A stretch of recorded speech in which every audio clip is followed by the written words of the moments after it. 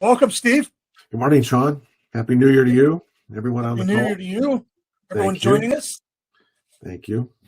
Good to be back. I don't know about you guys, but I certainly missed all of you. Our Mondays starting the week off. Yeah, it's been a minute, hasn't it? What, 3-4 weeks? It Has it has been?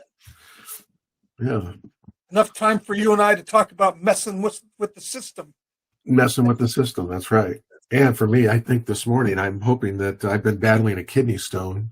Ooh. Um, it is the first week was really uncomfortable, and then it's just been like these moments of pain.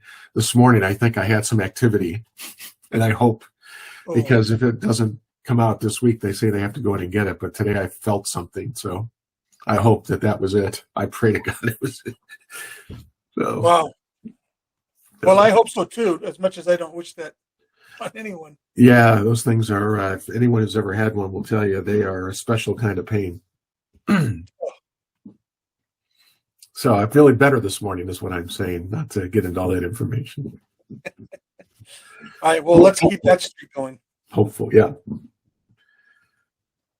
So I think we wanted to talk about a few things today, right? Maybe let's do the housekeeping a little later when we have everybody that's going to show up. Do you think? Sure. Housekeeping meaning they were talking about the time, that thing? Scheduling, right? Yeah, Right. yeah. We want you guys' opinion, but we're going to wait till we have however many we're going to have today. Yeah. So I guess No, this is New Year. Start us off.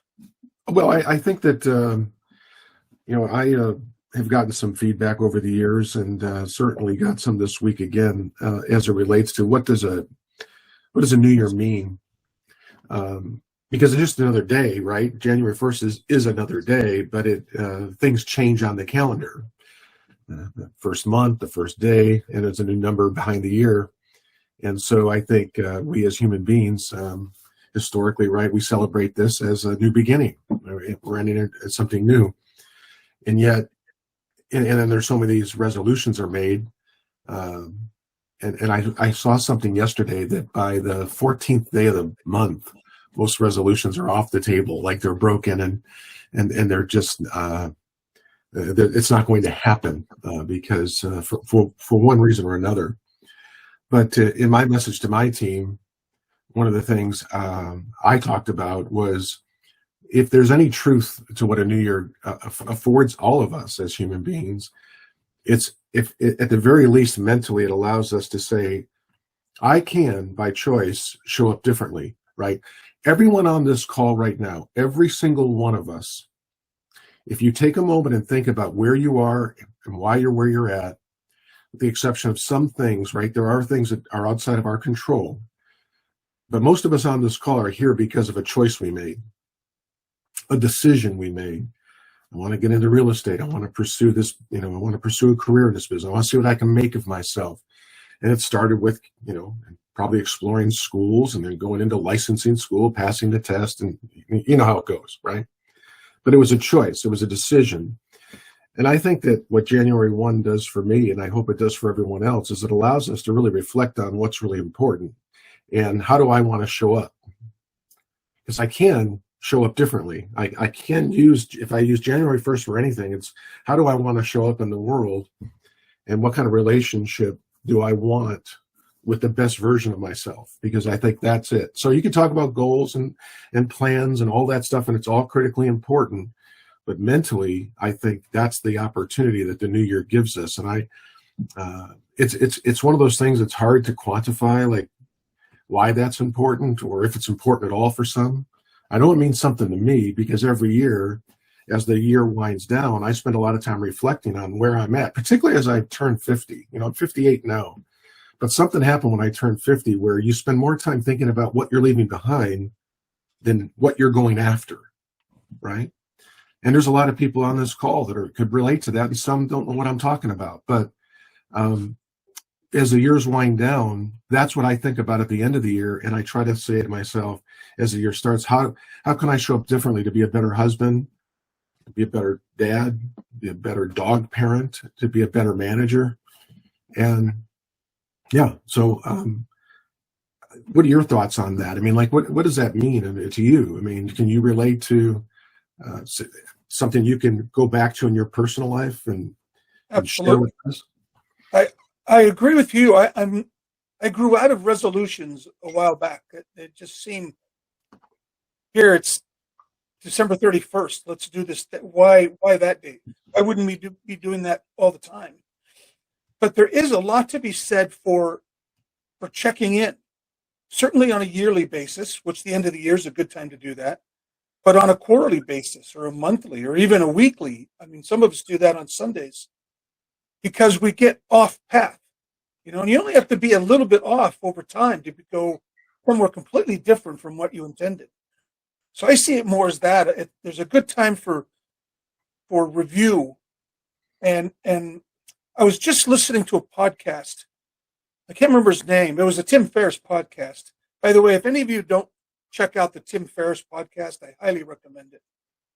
He's written books that you probably know: 4-Hour Work Week, 4-Hour Body, Tools of Titans. But he just interviews the best of the best in anything, and then hacks it. What are they doing? How do we use it? And today it was the one I was listening to today was the guy that wrote Atomic Habits. Yeah. Or what you were discussing. Yep. And he said the same thing. He said, I do a review because I can get off by a little bit.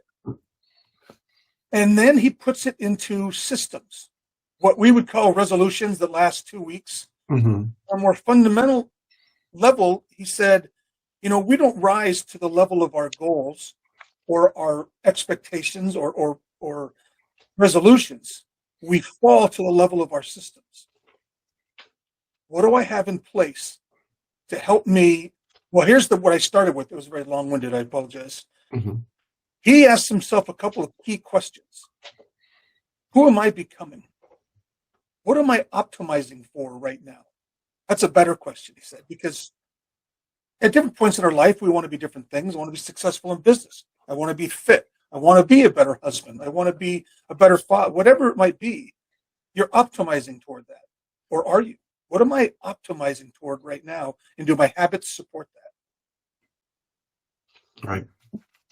Well, and how do you measure those things, right? It's my message to the team, there are 365 days in a year, and there's, I'm going to round up here, but there are 526,000 minutes, let's say, in the year. I mean, when you think about that, you think of all the opportunity you have to take that to do that extra little thing in the minutes that are afforded us. We only have so many in our lives, and they're precious.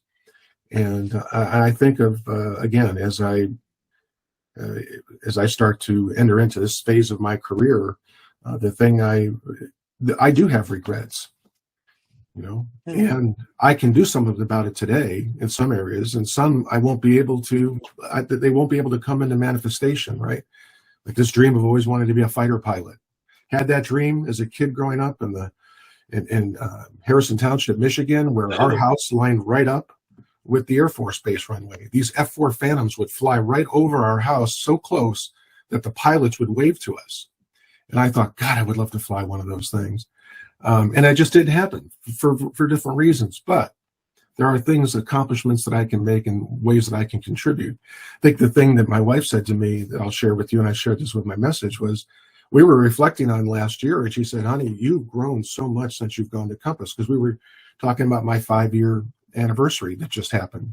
And I do feel that way. I do feel like I'm a better manager than I was when I walked through the doors of Compass, because of the people I've been able to work with, people like yourself, people like John Rice and Robert Santangelo and the team, Wendy Denny. I'm looking at my screen here, not to exclude anyone who's guest that I don't manage, but all of you have challenged me to be a better person. And so this year, I thought to myself, what can I do to show up differently, to be of greater value? And I think it's what I want to do is just level up my level of kindness, my level of patience, my level of empathy, which I've always felt like I've had, but there's another gear there, and that's what I want to do this year. I truly do want to show up differently, where people can say to you, I don't know what's changed in you, but I sense something's different. And what's funny, Sean, is that I know for myself, whenever I'm in tune with that thing, I'm calmer, I'm more relaxed, There's less. You just show up in this way that is that allows you to deal with things differently. Stress is different.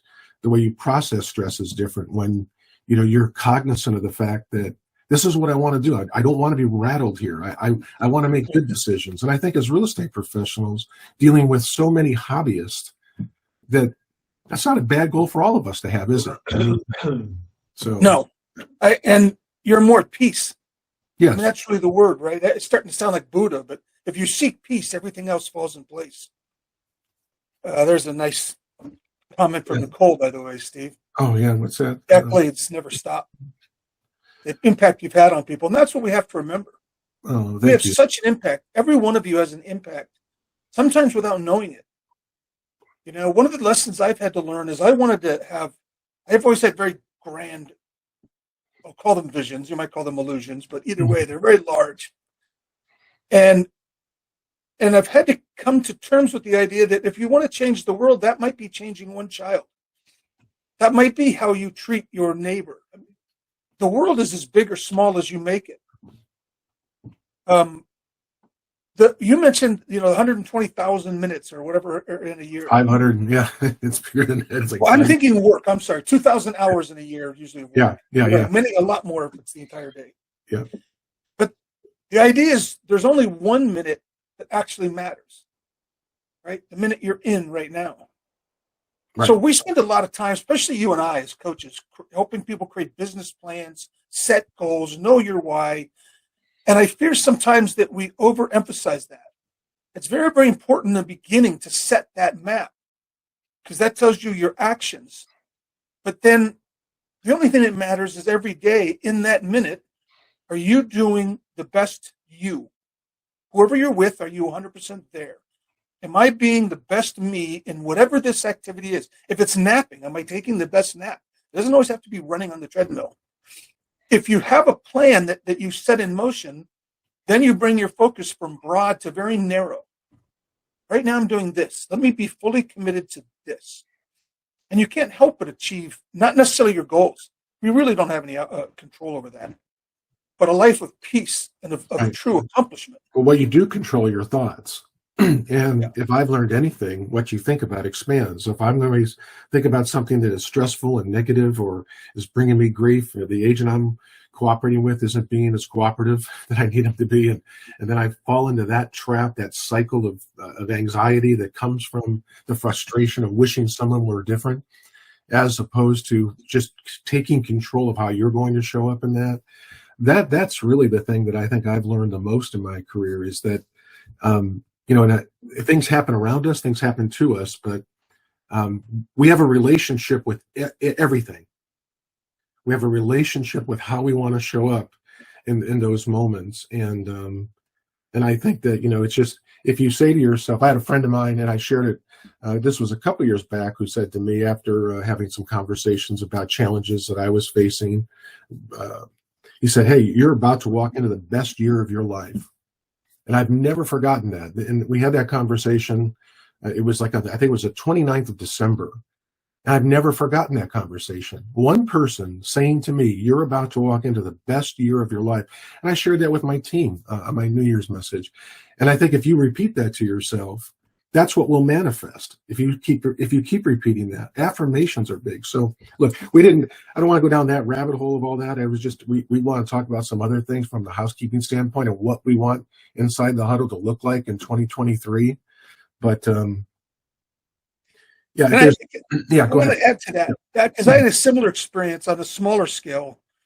When I lived in Chicago, I became friends with technically he would be a master carpenter, but he's a craftsman. He's an artist, really, who worked by day in fine woodworking, and at night he would paint. He was just one of those guys, right? Very, very in touch, even though he swung a hammer during the day. And we got together after work one day, and we're chatting, and he's asking me, and he was older than me, and he's asking me about some of my big days I've had, championships, and what was your best, and so forth. And after a while, I realized it had always been about me, this whole conversation, 30 minutes. And I asked him, "Well, what was your best day?" And without a flinch, he looked at me and said, "Today." Each day he's in becomes his best day. I thought, wow, I'm viewing this all wrong. Hmm. Today's my best day. Make every day your best day because it's the day you're in. Right. Well, I could keep beating on this. I mean, because that connects with me too, because I know and I don't, there are, this past year, all of us have experienced some form of loss. Some of us, it's been a terribly painful loss of a loved one, we've seen people lose their jobs. We've seen families change. I mean, 2023, no one gets away unscathed. Every year, none of us are going to get out of here unscathed. But if we acknowledge the fact that what we allow to occupy space in our brain, what we pay rent for, if we allow that and we pay rent to something that is not contributing to the best version of yourself, you are simply selling yourself short. I mean, you are not going to be the best version of yourself when you allow that to happen. And I get it, man.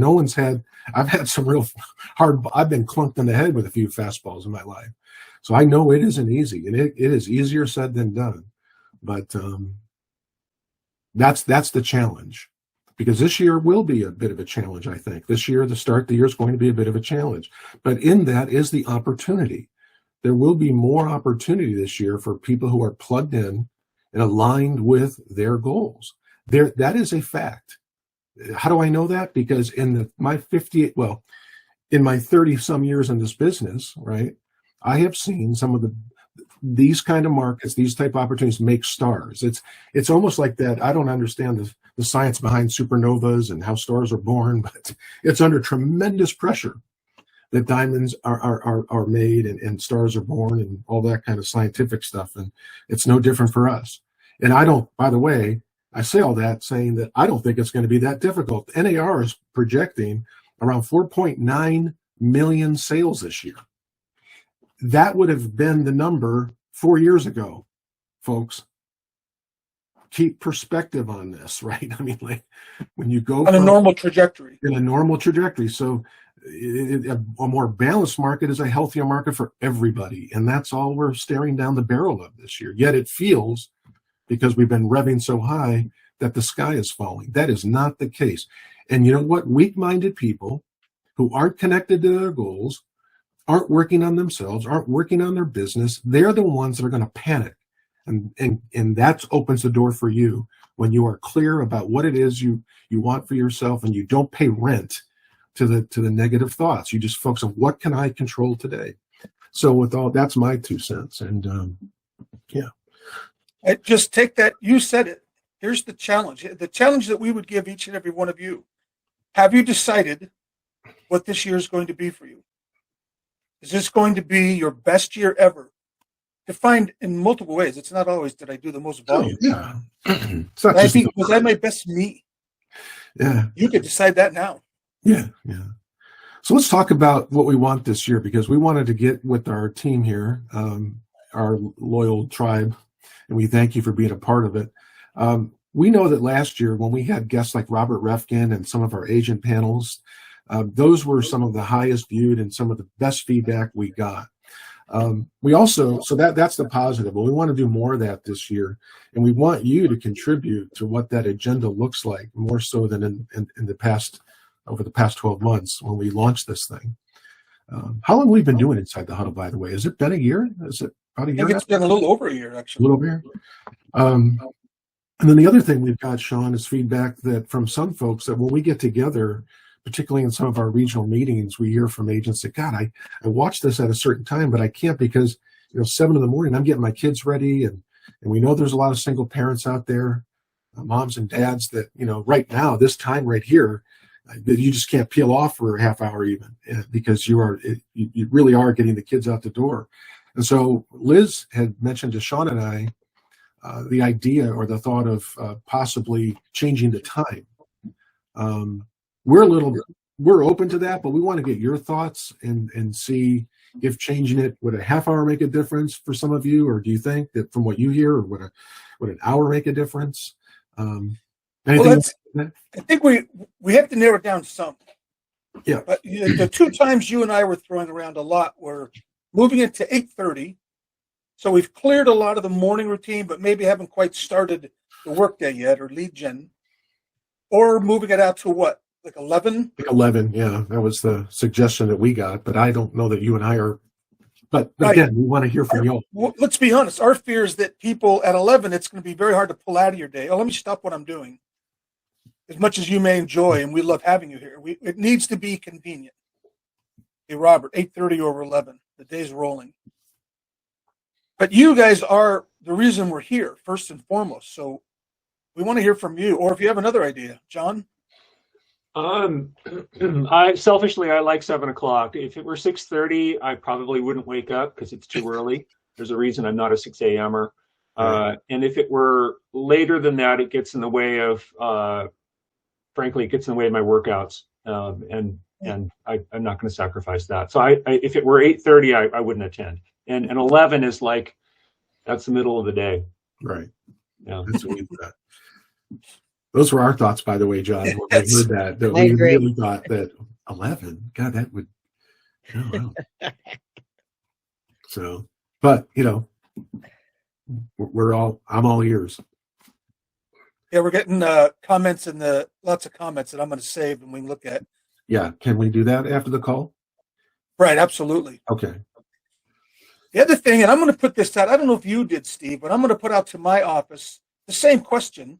We want to get lots of backup, but also, are there particular topics that you'd like to see us focus in on more, or bring guest speakers in for?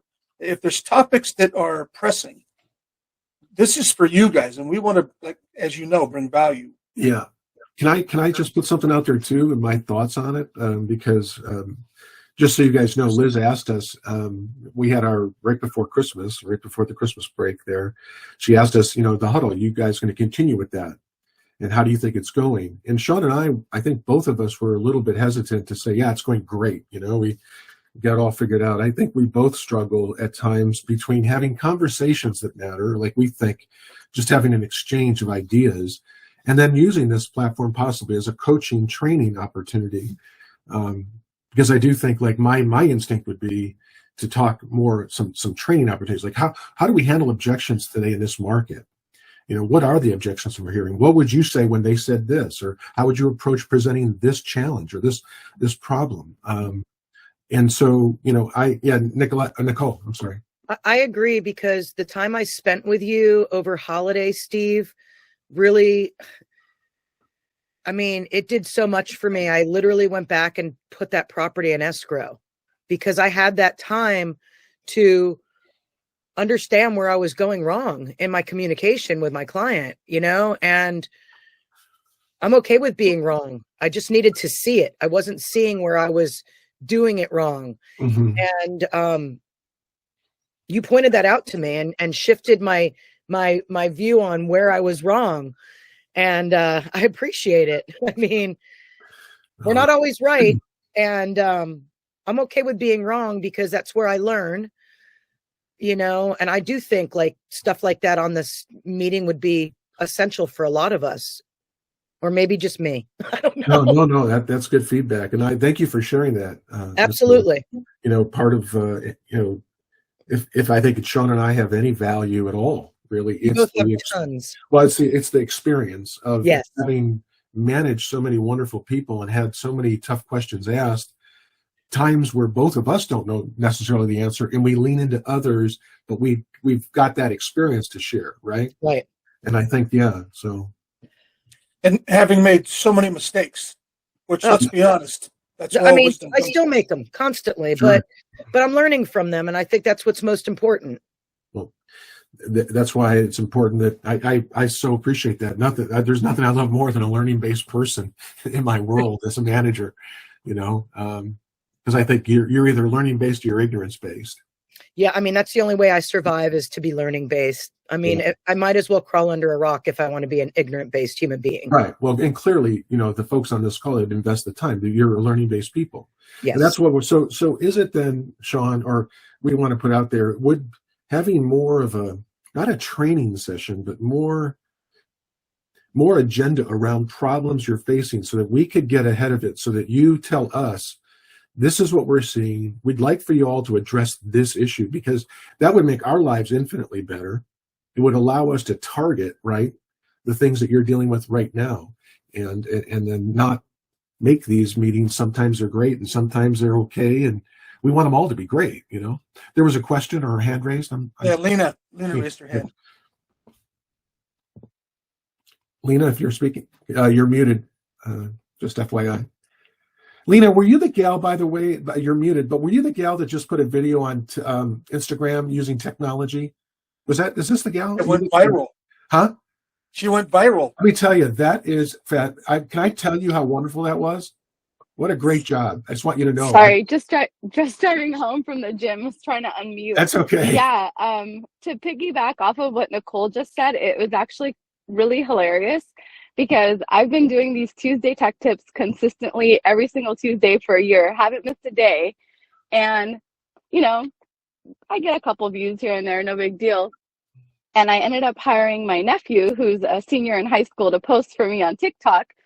And I sent him a video, and because I post for Instagram, but I have him do TikTok. And when I did Instagram, I noticed that my photographer didn't cut it right. So the word action was like right in the beginning of the video. Whereas my nephew, he posted it, he was at school, he wasn't even paying attention.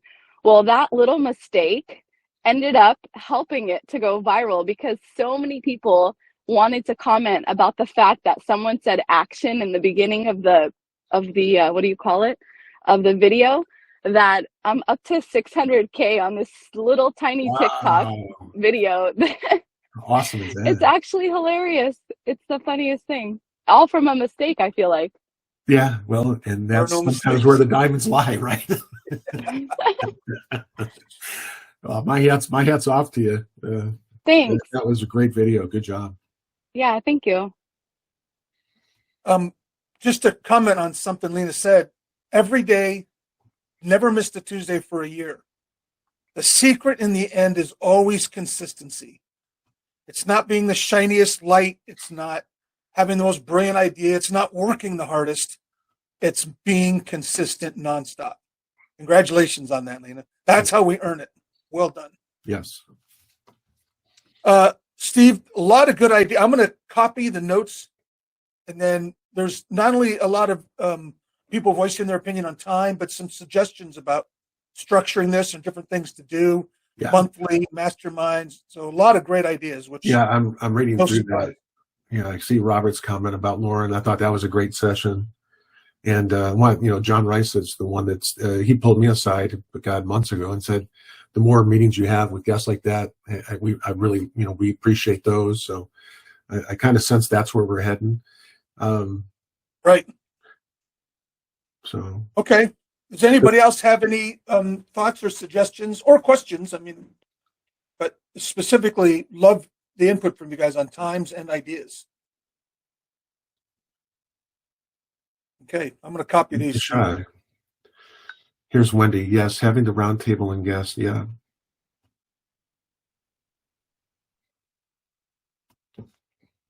Awesome. So I think that if there's what can we do? I think if we could get a topic out, like if we get our tribe here, right now we have 21 people. We typically have between 21 and 30 agents, and maybe that'll grow this year if we do a better job of getting the content you want. But Sean, is there a way for us to have them get out a topic or give them an opportunity to get us that topic, like on a Thursday of the week, so that we have a day to process it through Friday and Saturday and Sunday and be ready for it on a Monday? I wonder how can we get this feedback in a timely fashion so that we're not arbitrarily picking the topic. I mean, that's the thing. Right. How can we do that? I was going to suggest, I know I believe you send out something every Friday to your office. Right? I used to do, and I did videos there for about half of the year. I put a video out every Friday. And to be honest, the only reason they stopped was my scheduling got to be kind of crazy as the year wore on and the market shifted, that I just either got lazy. I don't think I'm lazy, but I just didn't give it the priority. But I don't send that. I haven't done that in a bit. So, well, maybe I know I did it for a couple years. I didn't do it last year, and I brought it back starting last week. But if you guys want to get on one of our lists, if you're not in one of our offices already, you can always respond to that. Getting it either on that Friday from the newsletter or Monday here, then you and I just prep it for the next week. We don't need to get it the day before. Right. Okay. Right? We can keep it simple. Yeah. What would be? Let's put it out. Let's put a topic out there then now while we have everyone, and we can break and start the year with some purpose, right? So, what would be a good topic? If any of you feel good about putting your thoughts in there, that would be helpful to us. Just go ahead and get the message room here, which I'm reading right now. So 7 o'clock. Sounds like we're going to stay at 7 by the looks of this. You got a mix of them in here. Yeah. Motivation. What a good one. Great topic. Yeah.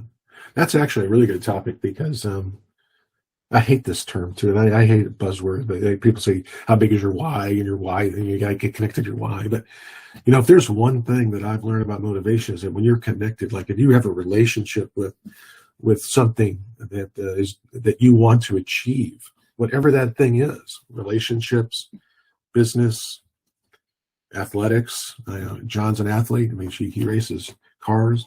Whatever that is, the closer you align with it, the more motivated you become. I can tell you that.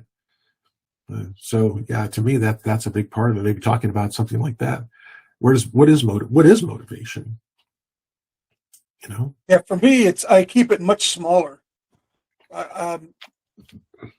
If I can take it down to something that is a daily picture for me, and then it either happens or I didn't do it, and that's crushing. My ego, that's crushing. I said I'd do this every day. Small things, it's the X on the calendar. That way I don't have to have a big picture motivation all the time. I just have to have a today. Right. Today I come hell or high water, I'm doing this thing because I said I would. And when you add all those up over the course of a year, there's a great line from Tony Robbins who said people vastly overestimate what they can do in 1 year and vastly underestimate what they can do in 5. Yeah. Funny how that number shows up everywhere too. 5 years. I've heard that how many times? I mean, old mentor used to say you're 5 years from anything that you want in your life. Yes.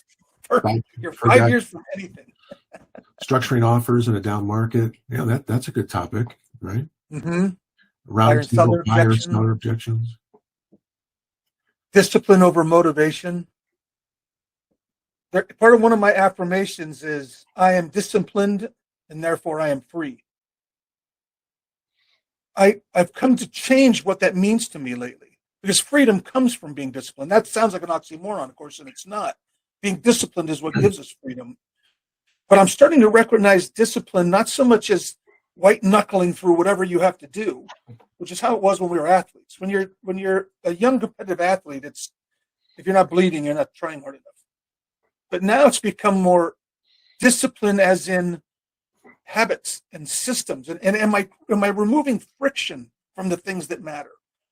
At night, when I'm fired up for tomorrow's workout, do I lay my clothes out so that at 4:15 in the morning, when I'm not sure I want to get out of bed, I don't have an easy excuse like I can't find my shoes? Those are the disciplines now. That it's the habits and systems I surround myself with so that it doesn't really matter what I want.